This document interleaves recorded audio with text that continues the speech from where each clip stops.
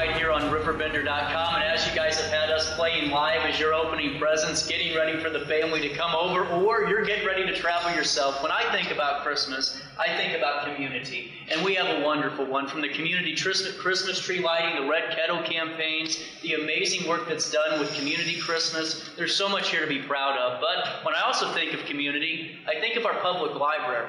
Because really, when I think of Hayner, I think of a door of opportunities that open and the resources that are available because of our library system. And today we're here with Ed, Amber, Kevin, and Kerry, and the executive director of Hayner Library, Mary Cordes. We're having a little bit of a roundtable discussion.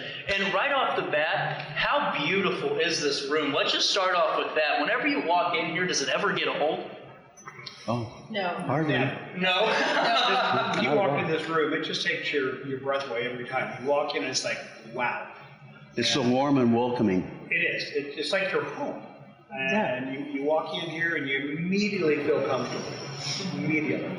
100%. And then I was talking to Lacey McDonald before we started taping today, and I thought this would be the mecca for Christmas card photos, for family photos in general. And why no one else is here getting ready to snap a picture, I don't know. But I think once we air this broadcast and you see this backdrop, this is the place to be, and it's decorated beautifully. And what I was also told, which I think is cool, Renee actually handmade and hand-designed these stockings that are right behind us, so a personal touch in here too. But I'd be remiss not to talk about the beautiful picture the library owns that's on top of us, right over above us, and that's the Frederick O. Sylvester. What do we call this? The triptych? The triptych. Frederick Oak Sylvester was a very talented, well-educated artist in the St. Louis area. He was the first artist teacher at Principia College, #1. And he taught there until he died, and then Catherine Cherry took his place. This triptych here, I think, is one of the best Frederick Oak Sylvesters in existence. It's a triptych, it's 3 sides, the 2 ends frame in the centerpiece, and it's painted right here in our bluffs. Well, it's just beautiful. And as Oh, it's spectacular. Well, you look at the depth, and you look at all the little nuances in it, all the detail that goes into this. And whenever I looked at this fireplace, just beautiful, I see this triptych, and I just go, wow, welcome home. Like you said, Kevin, this is the living room. Yeah. And as we talk about just Christmas as a whole, I got to ask all of you the same question. My only softball really is, what's your Christmas traditions within the RiverBend region, within the Hayner Library District region? What do you guys like to do for your Christmas traditions? Kevin, we'll start with you. Oh boy, that's good. That's a good question. It's family. It's we get together every Christmas Eve, and we have a cookout basically, or actually cook-in. It's cold, but we just cook a lot of snacky foods. Everybody sits around and have the fireplace going, and we talk and tell stories and play games and. Hollywood you think about seeing on TV, but that's really what we do. And it's just fun watching the kids too. When our kids were little, all my kids are grown now, but you still think about, when they were really little, the excitement they had on Christmas, and that Christmas Eve really built that up. And, then trying to get them to go to bed, and what we had to do to get them to go to bed so we could put out the toys and stuff for them. Mm-hmm. So it was really, it's just fun. The Christmas Eve is what everybody thinks about. 100%. And speaking of Christmas Eve, just real briefly, my grandpa, who owns Rig and Sewer Service, my uncle owns it now, my grandma would sit by the fireplace and look at all of us. I'm going to shoot Santa when he comes down the chimney. And I am telling you what, every kid prayed that night that Santa made it to their house first.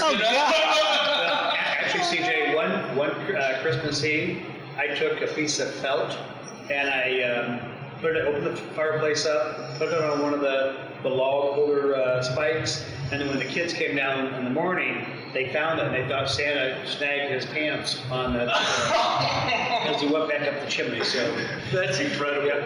And Kerry, take me through your Christmas. Well, I have one sibling, sister 2 years older than I am, and we had a lovely living room with a mantle and a fireplace and a chimney and all that. And we were 5 and 7 maybe, and we're just being brothers and sisters fighting and carrying on. And my mother kept saying, if you two don't straighten up, you'll get coal in your stocking. Well, we had our embroidered stocking hung with care on the mantelpiece. Christmas morning, we emptied out the stockings, and there were these nice little round boxes with a little red bow on them, and every one of them had a charcoal briquette in it. Well deserved. Well deserved. I'm Lesson sure. learned. You can't win them all, Kerry. Mary, take me through some of your traditions. Well, I have a lot of sisters, so ours is mostly based around family. Same thing. We usually go to church on Christmas Eve, and then we have our family Christmas the next day all together. And as we've gotten older and our families have expanded, we've brought in our in-laws and my husband's family, and we spend time with them. So ours is family-based for sure.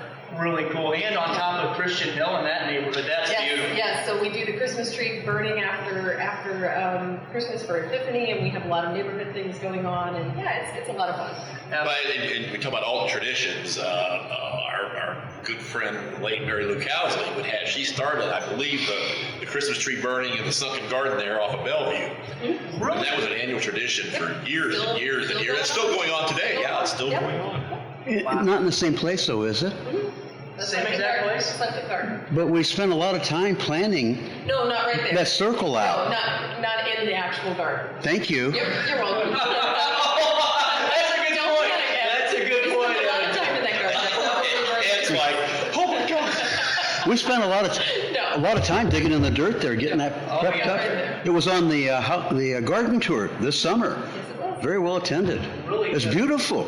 It really is beautiful. Christian Hill is beautiful. It is, and well, all of this is beautiful, and I think to have a library that looks just as beautiful as our neighborhoods, I think that's a big incentive to have, because not all libraries have the luxury to have this architecture and design put into, and the love that's in each and every one of the woodwork pieces. And Amber, as we're kind of circling back down the horseshoe here, take us through some of your Christmas traditions with your family. I still enjoy going to see the Christmas lights. Rock Springs? Yes. Grandpa Gang is a phenomenon. Yes. So every year we still drive to the Christmas lights. And then on Christmas Eve, we like to make candy and treats. And then, so mostly my family gets together on Christmas Eve with the kids and make we make like homemade Reese's cups with crackers and peanut butter, and you dip it in chocolate. That's my favorite. I'm a peanut butter girl. And then we still open presents on Christmas. Santa still comes to our house, and we open presents on Christmas. That's fantastic. Really The cool. Amber's nothing. I know what I'm saying. I got still any recipe secrets out for our audience this morning. And take me through your Christmas tradition, sir. Christmas is always a wonderful time of the year. I'm the oldest of 11. We would have, after Santa Claus came, oldest of 11, my grandparents would join us for the opening of the presents, preferably after 5 a.m.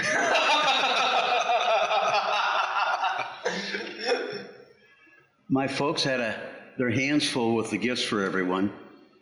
One year, my mother, God bless her, she fell asleep stuffing the stockings, and my youngest sister, I was in college when she was born, came down early and found Mom with her hand in her stocking, thought she was stealing out of her stocking.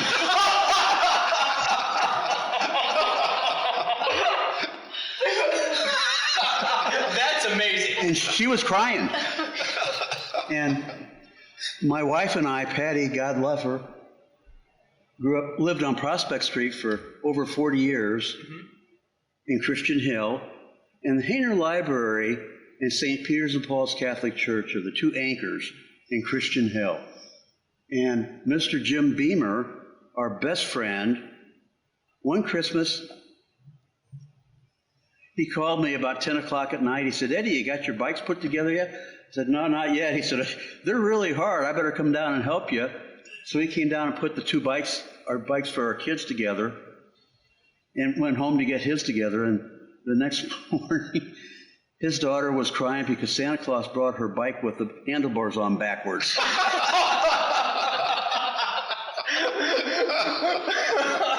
But our Christian Hill area with the lights on and our church and the love and the atmosphere that goes on, there's just no better place in the world.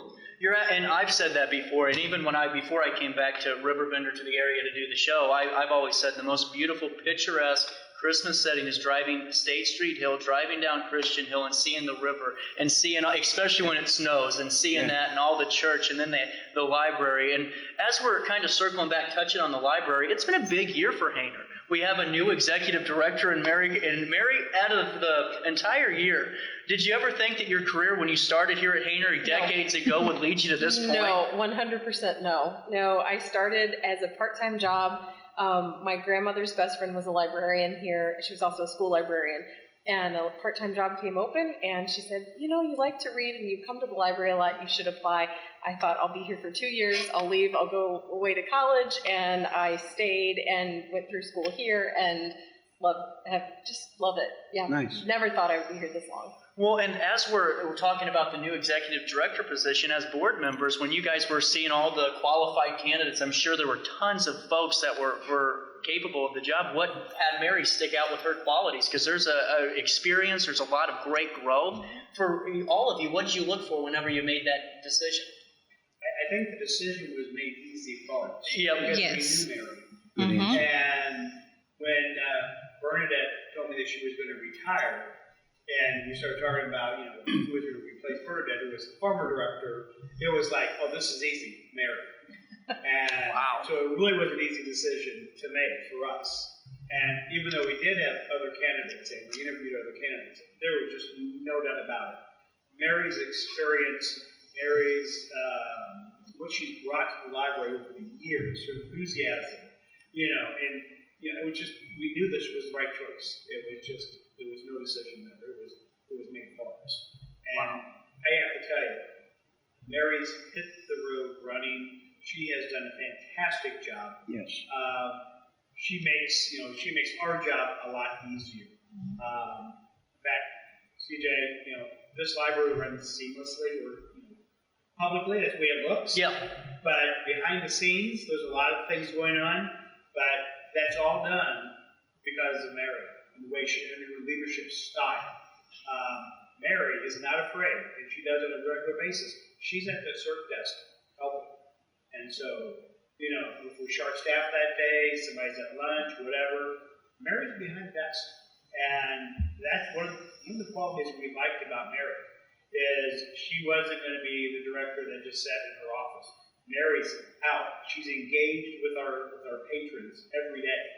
And that's just a really important quality for the director. 100%. And as we're, kind of talking about that and being active, and one thing that we decided to do with this show segment was talk about the behind the scenes, because you're absolutely right. When Mary came in the first time, this is true, she comes in, we were talking about the library of things, and then all of a sudden it opened up the database, this door of how much more you guys had to offer, like the collections, the databases, the resource guides even. And to me, whenever we started talking about that, I went, every young person in the city of Alton needs to know about this information, because they have something that's available to them that is actually going to help them and actually give them so many more benefits, like ad-free streaming with a library card. Plus, like you said, when you have a director, it's, hey, if I'm going to ask you to do something, I've done it 10 billion times before you have, and I'll do it again. I think that's a huge attribute of Mary, and also just that director position, as you said, Kevin. Yeah, I agree. Our staff is first rate. Mm-hmm. I mean, nobody could ask for a better staff than what we have. So they make the rest of us look good. When our patrons come in, they're there to help, immediately to help. They always have a smile on their face. They don't know the word no. It's what can I do to help? And that's exactly what they do. They help our patrons, no matter what it is. Lacey does a lot. Wonderful. And her staff does a lot to help a lot of different organizations. It's kind of funny. You can sit down and watch TV, and you can watch some type of historical program, and then you watch the credits and find out one of the organizations getting credit for that program is the Hayner Public Library District. That's just wonderful. That's just wonderful. We ought to bring Lacey on. Well, and that's something when Ed, just on top of that, when we've had the opportunity to talk with Lacey and then Kerry in studio talking about vintage voices a couple of months ago, just to hear the wealth of knowledge without any notes, really. I mean, maybe some bullet points, but to really have somebody that's well-versed, knowledgeable, and especially a board member too, with you being Kerry, I think it's a huge incentive really for all of us to utilize this resource because the people here know. It's not just, oh, okay, let me take care of that for you. Let's use the Google machine and come back with an answer. No, it's boots on the ground, and we've done this, we live it, and we have an answer for you. You're right. You got it. I agree that the staff is phenomenal, and the board itself is very broad-based. All the members bring individual talents and expertise. Ed Morrissey just recently joined. He's got a career in construction, and I'm the local historian, genealogist. I've spent many hours down here at Hayner with Lacey and the staff doing research and things. Amber is a school teacher, educator, and I believe you worked here I at did. one time. Did you? Yeah, Yes. Amber. Wow. Amber. Hold on, well, if it's okay, Go. when did you start working here? 2011, Nice. How long of a tenure did you have? about 4 years. And was there things that you've learned and took away from working at Hayner that helped translate over to your job with working with the children? Absolutely. And I still use so many of the resources in my professional and personal life. So we have a lot of online resources that I think people may not know about. I mean, from the research databases down to is it Critterbug or what's Creative Bug. Creative Bug, I'm Yep. sorry. So I was looking for parent Christmas gifts and I got on Creative Bug, and it has like the videos and the tutorials of what you need. Yep. There's free online ebooks. I have my kids do research with those, and I use the audiobooks a lot, Libby and the Cloud Library in my personal life. I'm so busy, and I love reading, but I can have my AirPods in listening to a book for free on Libby while I'm doing things around the house. Nice. That's fantastic. That's and awesome. Then tying back in, just as you were talking about, Kerry, spending a lot of time, down here in the library and talking about the kids too. Just bringing them all together. We had the opportunity to talk to Megan Dees the other day, correct? Mm-hmm. To hear about the kid space and the teen space, I think this is so big that I really hope every kid knows that you have a real safe space here where you can practice critical thinking skills and these really crucial learning skills that really aren't being taught a lot in other entities. But to have this, when we were talking about the teen space and hearing about the Crime Stoppers, where you're trying to figure out a murder or whatever shenanigan happens, who cut CJ's mullet? That's next. There's things like that, right? But also the kid space. Whenever I'm looking on Hayner's Library's Facebook page, and we're seeing story times for younger parents that might not have all the resources to go take their child over to St. Louis or up to Edwardsville or you name it, to have an opportunity just to go outside of your house, try something new, have fun with your family, know that your kids are safe. That's crucial, I think, and especially what the library has to offer. It's a huge bonus to our community. Well, my experience with the library started, I grew up on Brentwood Boulevard and between Albee and North Henry, and originally it was a dead-end street, and they had a little turnaround there, and when I was 4 or 5 years old, and all of a sudden I heard this big racket outside. I looked out the window, and here comes the bookmobile. And I said, Mom, what's that? Okay, well, your old doesn't get a library card, so she took me out, and that bookmobile came once a week, and just like clockwork. Nice. And wonderful, wonderful resource, and that got me hooked. And we still, When I was a kid, this is back in the 60s, my mom gave me a library card because the bookmobile came down to our street every week, parked at the end of the street.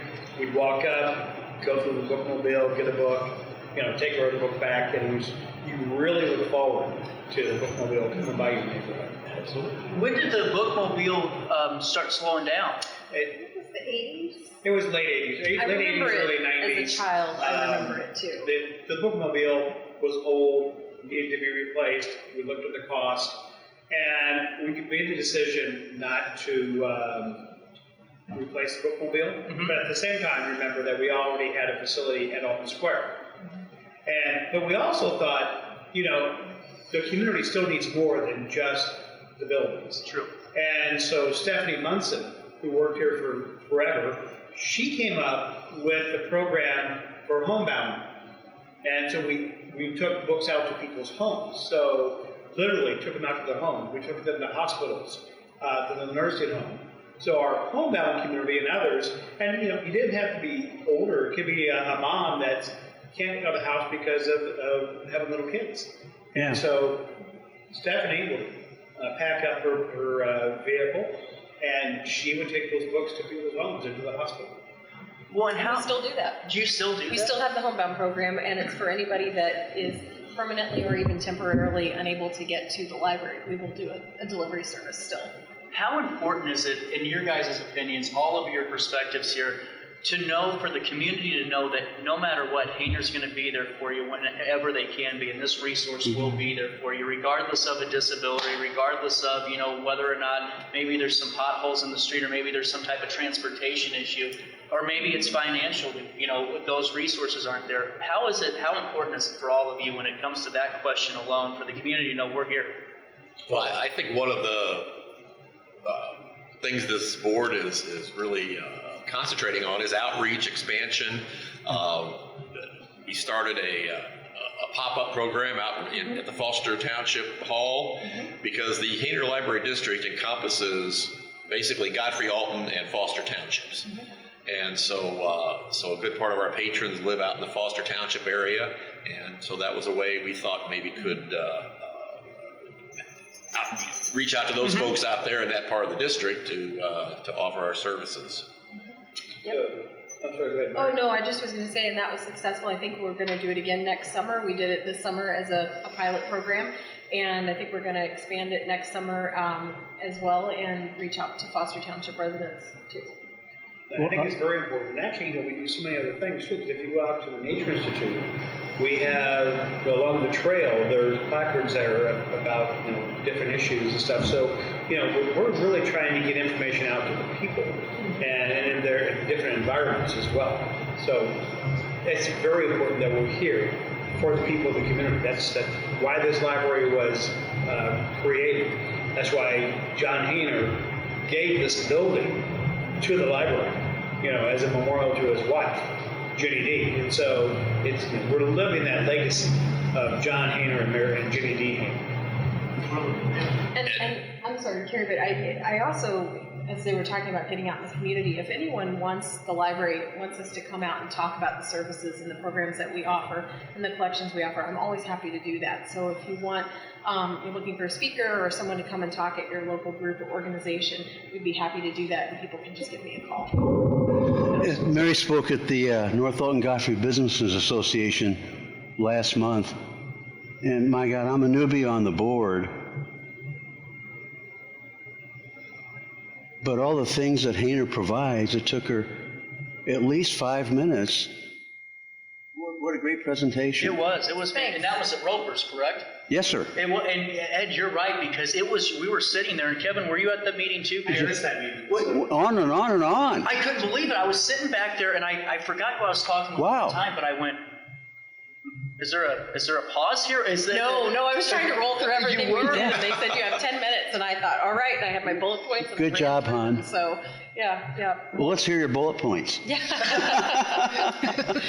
Amber, for you, what's it like for the community to know that Hayner is there for them as a resource? Is it, in your opinion, is it important for the kids and anybody, no matter their age, to know that they have this resource? It's very important to me. I am a lifelong reader.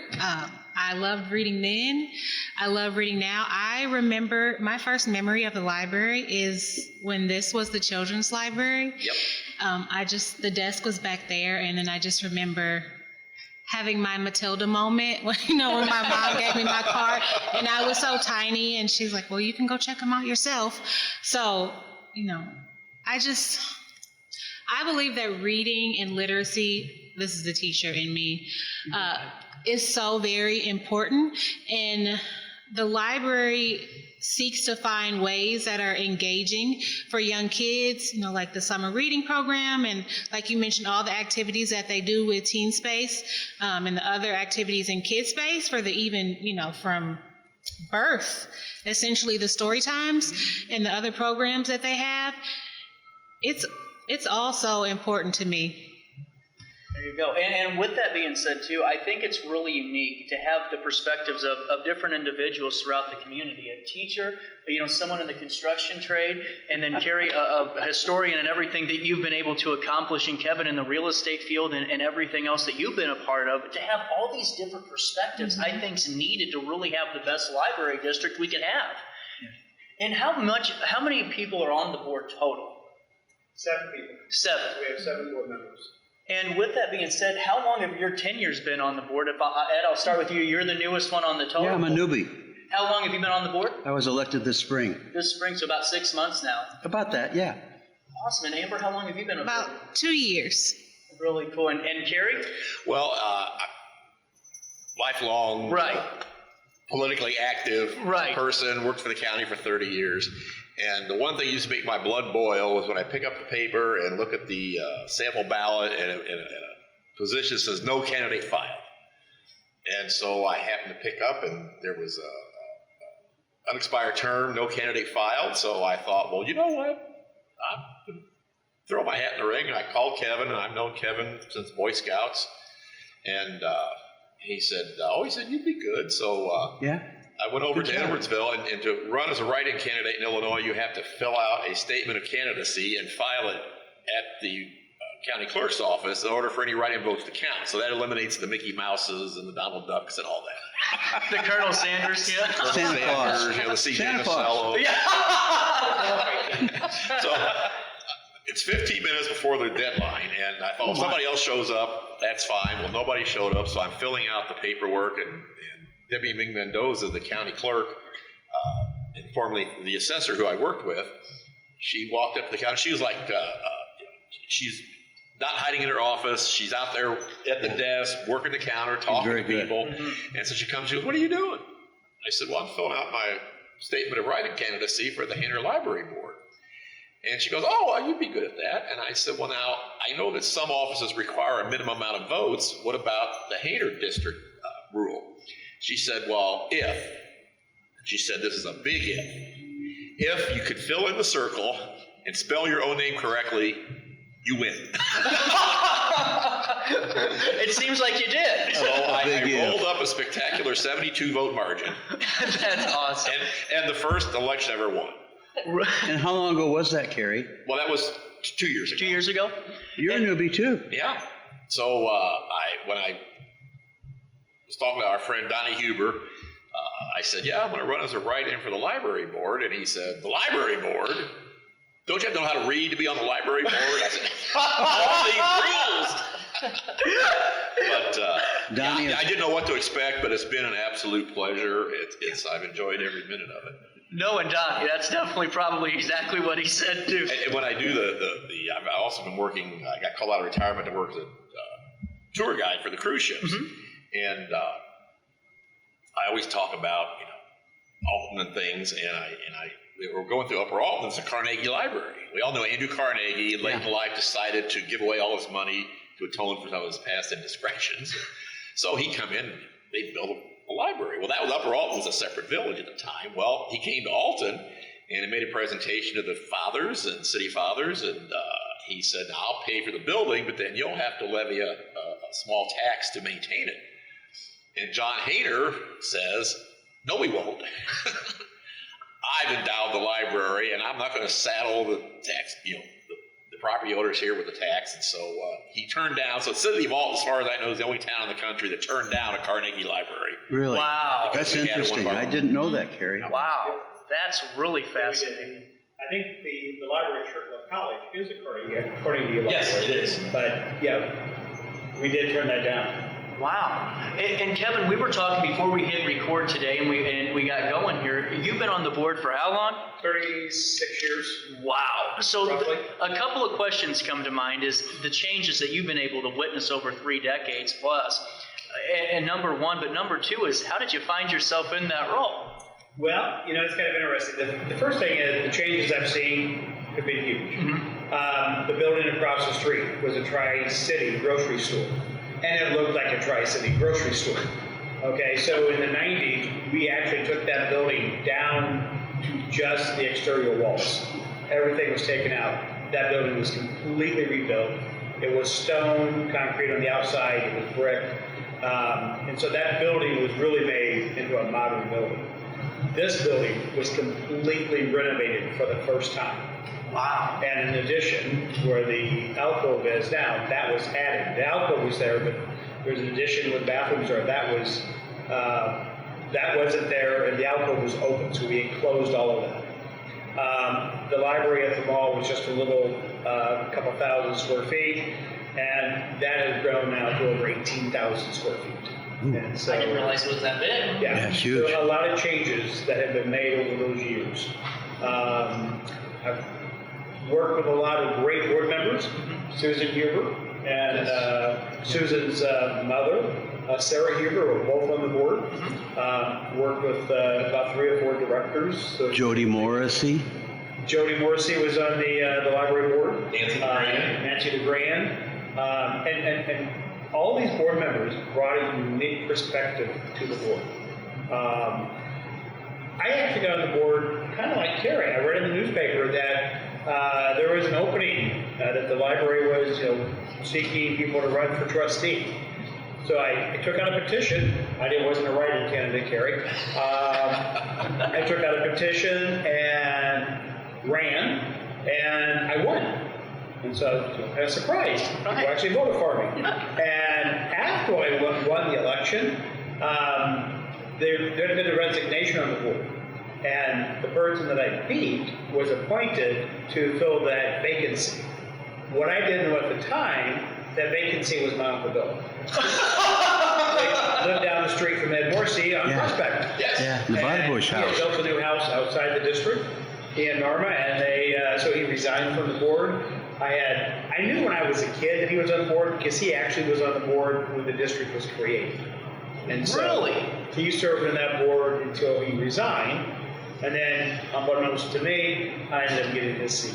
When was the district created? Can we piggyback off of that real quick? Do we know? It was 50 years ago last year, I believe. Yeah. So as a district. As a formal district. Yes. So yeah, there was a referendum put on the ballot, and the voters got to vote yea or nay, and they voted yea to create an actual public library district, which is a local unit of local government. So we do levy a very small property tax to help fund the operations. But before that, it was maintained and operated by the Jenny D. Hayner Association, and they are still in existence as a foundation. And they are also another hidden asset and a hidden jewel that we have, that they help us out a lot on various things,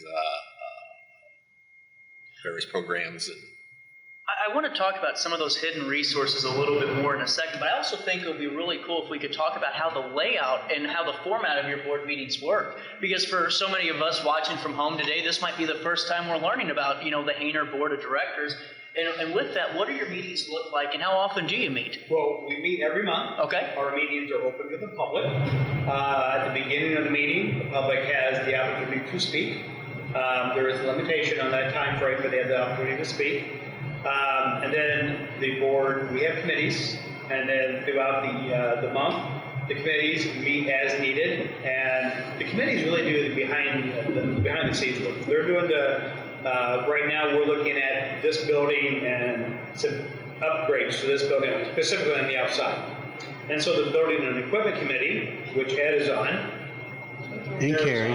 Kerry's the chairman. and the third member is David Cowsley, Okay. Who's an architect our architect. And so again, and very engaged. And so our committees do that work. They bring that to the board with a report to say, we've done this work, we've identified this is the solution, and then we talk about it. Our board meetings and our board is very comfortable with speaking freely. We want that. We don't want people that are just going to agree with us. Right. So we want those difference of opinions. It helps us make better decisions.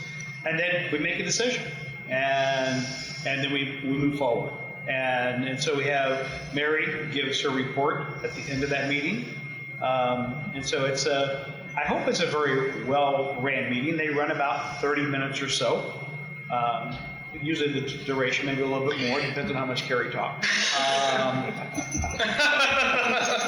But yeah, it's we're there for the people, and I hope it's a really well-ran board, and we have the right people on the board, I think, right now, and that's We've been very fortunate during the entire district. I think we've always had the right people at the right time.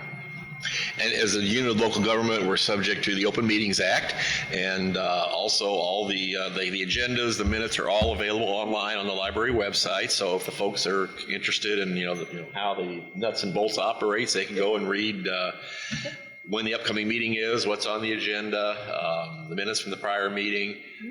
We also look over. We have the financial reports, and we monthly go over. We make sure where we're at with the budget and how the money is being spent. Yep, and it's the fourth Friday of the month at 5:30. And it's I said Friday, the fourth Thursday of the month.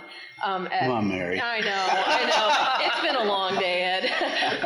And we meet usually at Alton Square, but in our upper level performance room. But our agenda is always on the website, and you can always see the location and the time and the date. Well, that's something else. In addition to where the actual library is at the mall, we also have another space that we utilize. We do. We have an upstairs. We have a performance room at Alton Square Mall, and that's where we have our adult programming, our teen programming, and some of our children's programming. So we have a lot of our summer reading program. It's a large room. We're able to have lots of activities, room for the kids to move around and play, and that's where we have the vast majority of our programs. Well, and that's a huge thing too, as we're kind of tying everything in together, is the different locations and the way that you all utilize those locations. I think that's huge, is the way that it's structured, because it would be easy to have a performance here. It's a beautiful building with a high ceiling. You could have some nice sound in here, but to have that space at Alton Square Mall to truly be your own, or if it's a Jared Hennings performance from Lewis and Clark, all the way down to Steve Davis coming in as Elvis and singing for us, I think it's important to have those different locations. And is the idea now where we're at with the number of locations in terms of size, distance between each other? Are we happy as a group? Well, right now we have a long-range planning committee that is working on a vision for the library district, as well as the library board as a whole is now meeting as a committee of the whole to look at what do we think the future is. What you see today is something that has been accumulated over 30 years. And now we need to step back. We need to look at this. Our community has changed. Our community has grown. Are all of our facilities in the right location? Is everybody in the community being served the way they should?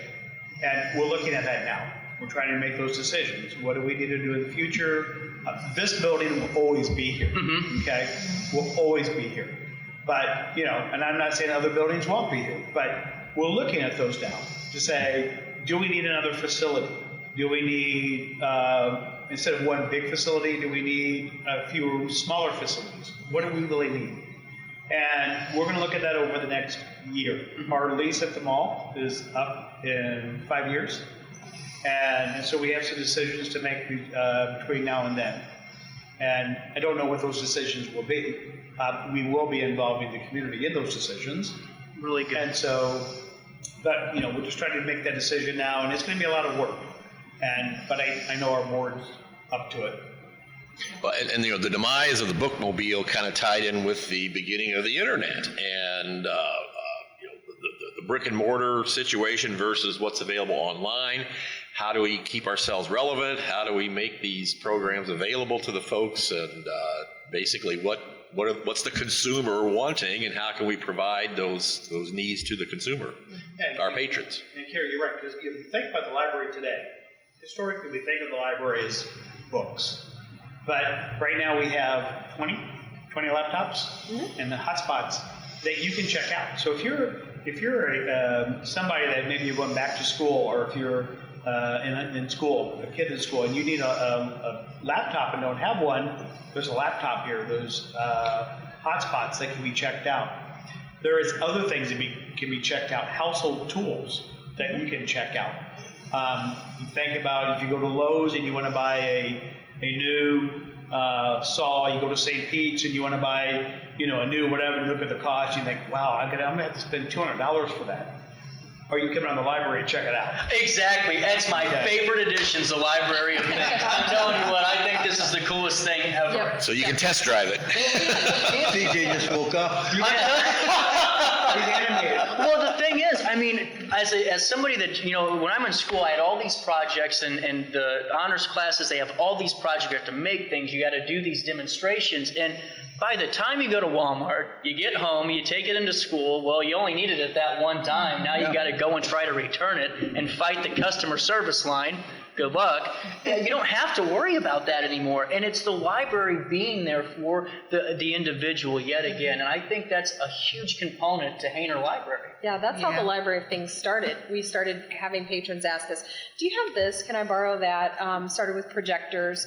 Do you have microphones? Do you have, mostly at the beginning it was electronic equipment, and we didn't. And we thought, well, there's a need for it, let's get it. So we started getting it, and then it was, well, what else can we add? What else might people want? And so now we have everything from projectors and microphones and speakers, loudspeakers, all the way to baking kits, Bread stand makers. mixer, bread maker, a moving kit. Fishing equipment.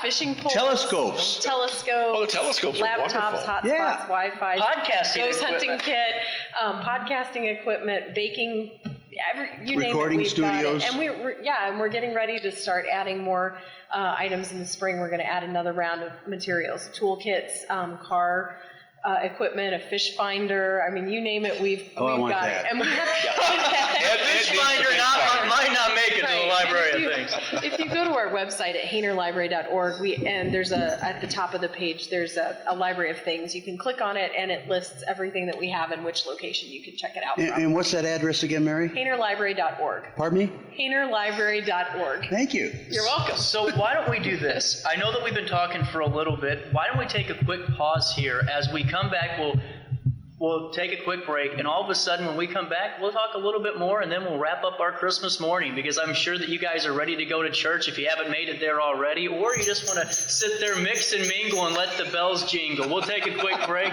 The Christmas morning show of our daily show continues from Hayner Library right after this.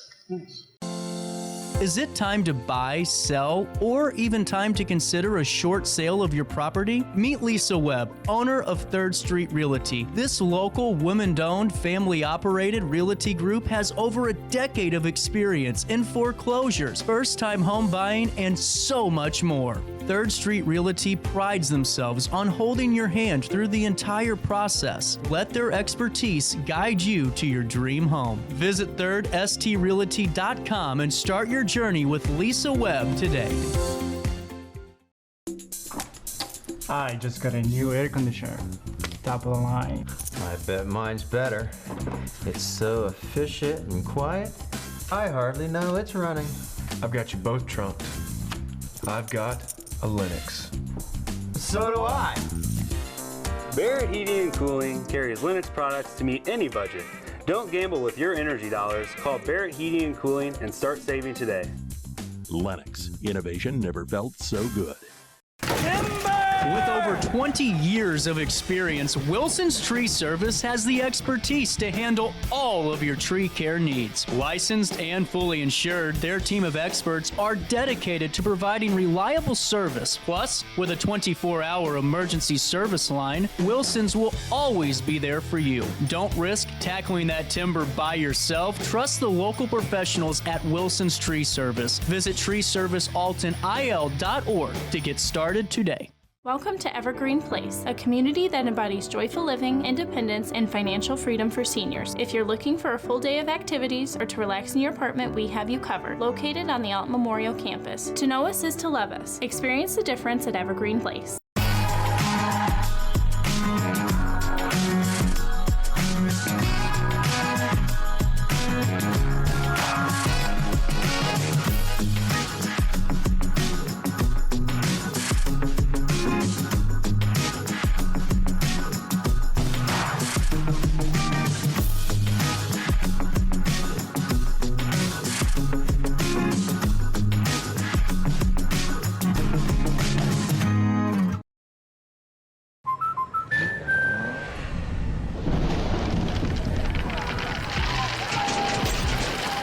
Life's better when you're under our roof. That's because our expert agents will make you feel totally protected with the right auto and home coverage at the right price. Also, you can enjoy the dreams you've worked so hard to achieve. American Family Insurance. Since 1993, Sparks Junk Removal is always adapting to the needs of our clients. That is why we now offer weekly trash pickup for selected areas. Plus, we offer driveway-safe rubber-tired dumpster rental. Give us a call today at 618-781-1407 or visit us at sparksjunkremoval.net. Not sure if you've noticed, but those advertised prices from the other dealers are just a bunch of blah, blah, blah. At Roberts Motors, the advertised price is the price you pay. And that, my friend, is great news for you. Don't fall for their so-called incentives that will leave you banging your head against the wall. Go with Roberts Motors. Prices you can trust and people you will like. That's the Roberts Motors way. And trust me, it's the way to go. When life throws unexpected challenges your way, you need a versatile legal ally to protect you. Sean Lentz, with over 12 years of experience, is here to help you in a variety of avenues. From personal injury to criminal defense and even semi-truck accidents, Sean Lentz has your back. Don't wait for the justice that you deserve. Call 618-465-8000 and see how Sean can help you today.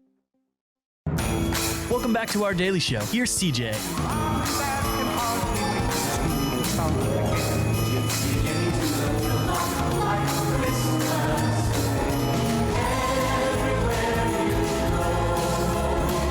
Christmas morning continues right here on State Street Hill at the Genealogy and Local History Library, a part of our Hayner Public Library District, for a fantastic roundtable. I've had some fun so far, and what I think's even better, cat's out of the bag. We're all watching ourselves from home today.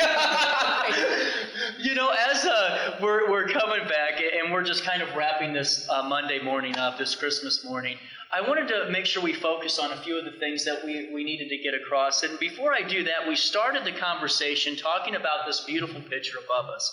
But let's talk about, Kerry, the arts collection that Hayner Library does have. They have an extensive collection of local artists and local, regional, and national artists, as a matter of fact.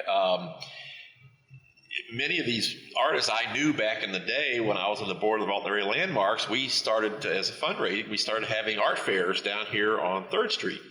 And a lot of these artists were alive at the time, and they would have a booth selling their wares and things, you know, Peg Weber and Orville Holscher, and Ruth Means, who's the most beloved, well-known, you know, Alton history artist, and many of those. And we also have a letter from Abraham Lincoln, and Mary, why don't you kind of tell us what's planned for that? Yeah, so we do own a letter that was written by Abraham Lincoln to Simeon Ryder, who owned the building that is now My Just Desserts on Broadway.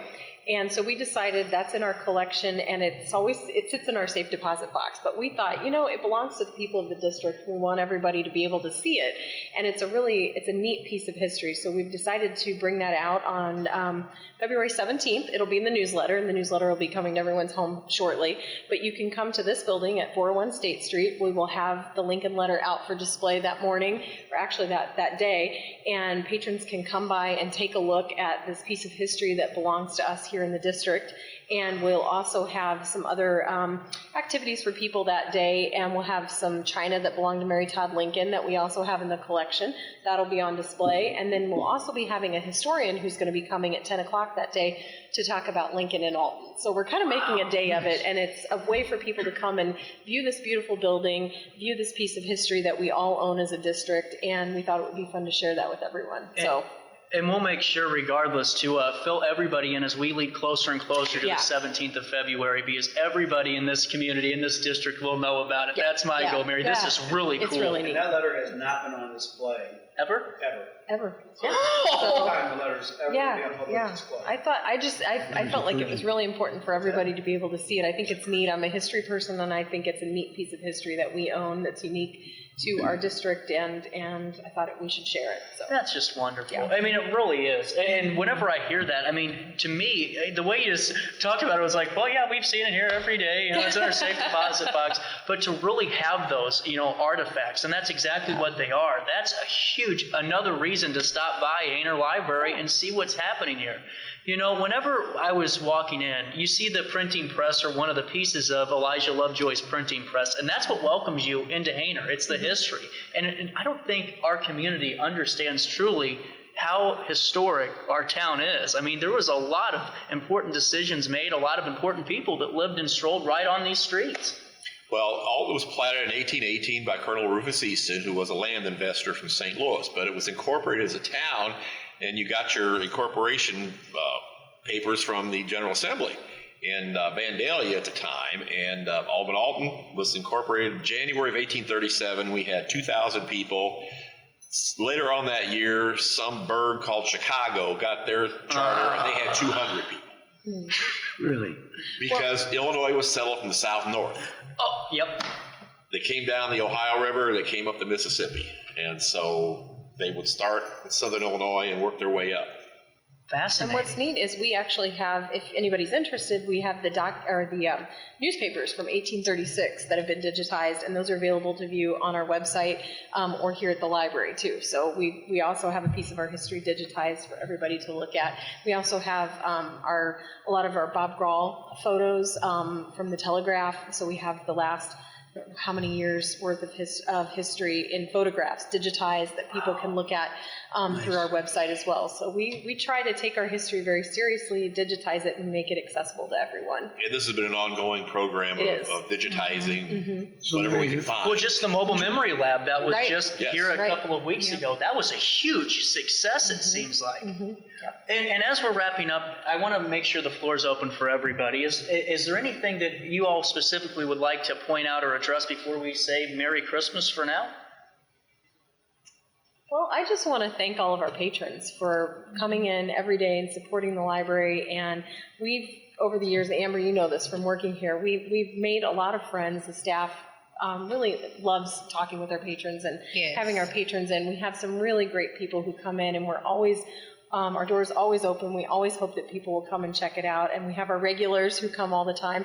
But it's really exciting when somebody walks through the door who's never been here before and says, I didn't know you guys had all this. And that kind of makes it worthwhile. And we hope that every day we get more people that come in and say that. So, absolutely. CJ, I'd like to, once again, thank our community, our patrons that come in every day, but also our staff. Yes. Yep. We have the best staff, and, they go above and beyond.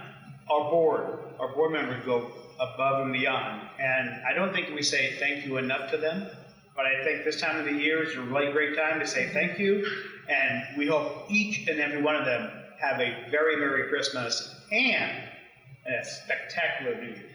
Absolutely. And, on top of that, too, the volunteers, every time, Kevin, just like what you said, the volunteers that are coming in here, and just like they're a 9 to 5 or a full-time worker, that's what I think makes it so special, too, is everybody, whether you're sitting at the table, you're watching from your table at home, everyone that's a part of the library pours their heart and soul into the library, because we all know how important this is. And one group we haven't talked about, and that's the Friends. Our friends of the library do a fantastic job. Every Monday, they're here. We own the building across the street where the Friends meet. Friends is a separate organization, but they meet every Monday. They collect books from the community. People leave the books out there when they're cleaning out their homes and such. And they sell those books, and that money comes back to the library district to help us and help our programs. And everybody does a great job, and we really appreciate what the Friends do.